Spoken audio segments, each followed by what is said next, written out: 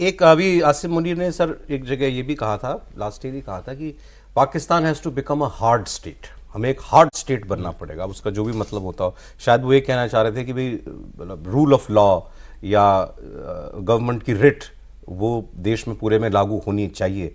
तो ये है हार्ड स्टेट का नतीजा। गवर्नमेंट के रेट को तो वहाँ की आर्मी नहीं मानती तो और लोग कैसे मानेंगे। वहाँ गवर्नमेंट का या स्टैब्लिशमेंट का जो भी कहिए मतलब है सिर्फ आर्मी। और आर्मी में आसिम मुनीर के दौर में मुझे नहीं लगता कि पाकिस्तान की आर्मी इतनी लाचार, इतनी कमज़ोर इससे पहले कभी दिखी हो।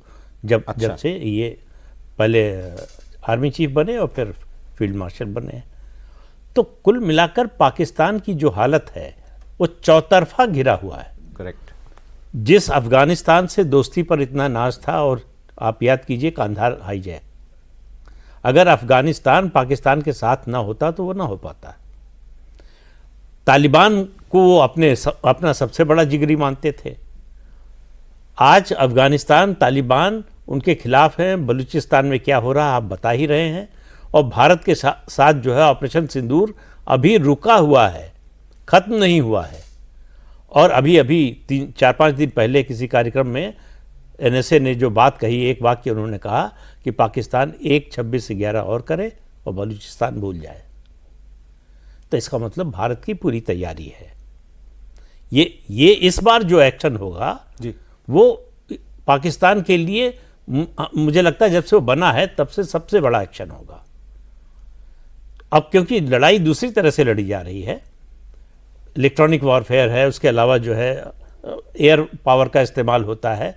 लेकिन इस बार मुझे लगता है, मतलब कोई जानकारी नहीं है, लगता है कि टेरिटरी पर भी कब्जा करेंगे हम। क्योंकि पंजाबी मुसलमान को एक ही बात समझ में आती है, जब उसकी ज़मीन चली जाए, ज़मीन से ज़्यादा प्रिय उसके लिए कुछ नहीं है। और किसी भी मिलिट्री की जीत जो है असली तो वही होती है कि आप टेरिटरी पर कब्जा करें। सर लेकिन बहुत लोगों का, जैसे अभी जो बात इन्होंने कही कि ये हमला फॉल्स फ्लैग ऑपरेशन लगता है क्योंकि उसको एक जंग की ज़रूरत है इज्जत बचाने के लिए, इतनी फौजी मारे जा रहे हैं तो वो अफगानिस्तान पे हमला करेगा। आप जहाँ से शुरू कर रहे थे ये ऑपरेशन हीरो ऑफ बलोच वालों का, उसके बाद हमारे यहाँ बड़ी चर्चा थी कि ये इसका बदला हिंदुस्तान से किसी तरह लेने की कोशिश करेगा इंडिया पर। आपको लगता है वो इस हैसियत में है कि भारत के साथ दोबारा कुछ शुरू करे? हैसियत में तो नहीं है। हाथी की ताकत बहुत होती है, फिर भी पागल हो जाए हाथी तो उसके बारे में आप कोई प्रेडिक्शन नहीं कर सकते। उसका एक ही तरीका है, उसको गोली मार दी जाए। तो पाकिस्तान को जब तक इस तरह से सबक नहीं सिखाया जाएगा तब तक समझ में नहीं आएगा कि अब जीतना तो छोड़ दो, तुम लड़ने लायक भी नहीं रह गए हो। जब तक पाकिस्तान की मिलिट्री को यह संदेश नहीं मिलेगा तब तक वो सुधरने वाले नहीं। मैं पूछ रहा हूं, आपको लगता है वो कुछ हमारे साथ कुछ शरारत करे? नहीं, जो वैभव ने शुरू में कहा कि वो इस हालत में नहीं है, उनको मालूम है कि अगर करेंगे तो उसका नतीजा क्या होगा। भारत की ग्लोबल स्टेज पे जो स्टैंडिंग है उसमें उनके बचाव के लिए कोई नहीं आने वाला, चाहे अंकल सैम हो और चाहे शी जिनपिंग हो। एक और नोबल के नॉमिनेट कर देगा वो 100 के लिए कर दे तब भी कुछ नहीं होने वाला है।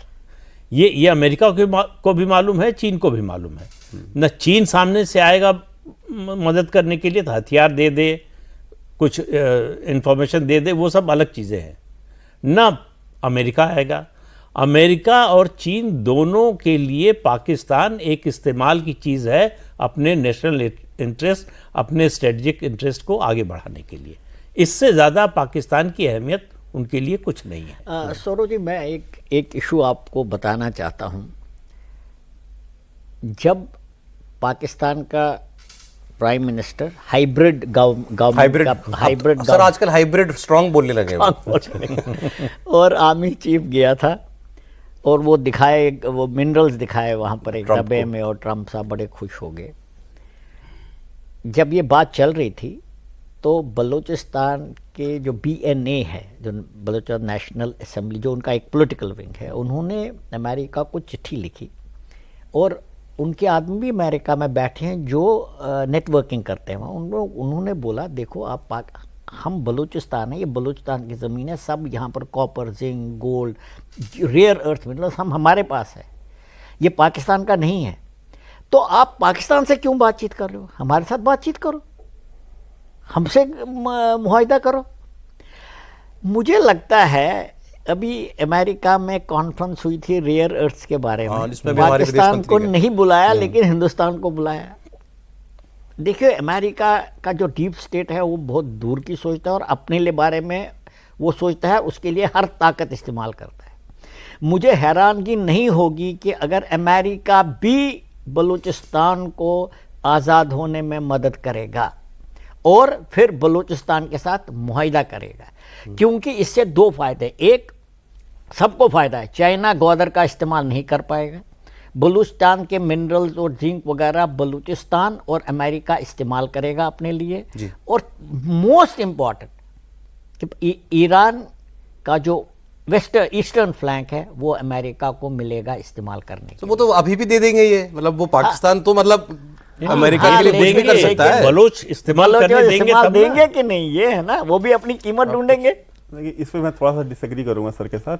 पहली बात ये है कि बलोच, ये जो हमला हेरॉफ टू, जो ऑपरेशन हेरॉफ टू बलोचों ने किया था, उसके पीछे एक बहुत बड़ा जो माइंडसेट था वो ये था कि जिस तरीके से बलूचिस्तान के मिनरल्स और ये आप देखिए ना, जिस स्केल पे किया गया, 32 अलग अलग लोकेशन पे साइमल्टेनियसली किया गया, उसका मैसेजिंग अमेरिका को भी देना था कि भाई आपको लग रहा है, क्योंकि एग्जिम बैंक से $1.2 बिलियन ट्रंप ने दिलवाए थे इनको बलूचिस्तान में, वही माइनिंग की पॉसिबिलिटीज के लिए। तो उनको ये मैसेज देना था कि आपको लगता है कि आपको ये यहाँ पे दे सकते हैं, यहाँ पे बेसिकली अथॉरिटी हमारी चलती है, ठीक है। तो अगर आपको ये गलतफहमी है कि आप पाकिस्तान आर्मी के साथ या पाकिस्तान की स्टेट के साथ डील करेंगे और आकर के आप यहाँ पे कोई भी काम कर लेंगे, तो ऐसा नहीं है, और बलोच कभी भी अमेरिका को वहाँ फटकने नहीं देंगे। दूसरी चीज़ इसमें यह है कि चाइनीज़ अगर वहाँ पे इतना रेयर अर्थ मिनरल है तो फिर चाइनीज़ को क्यों नहीं बेच दिया आज तक?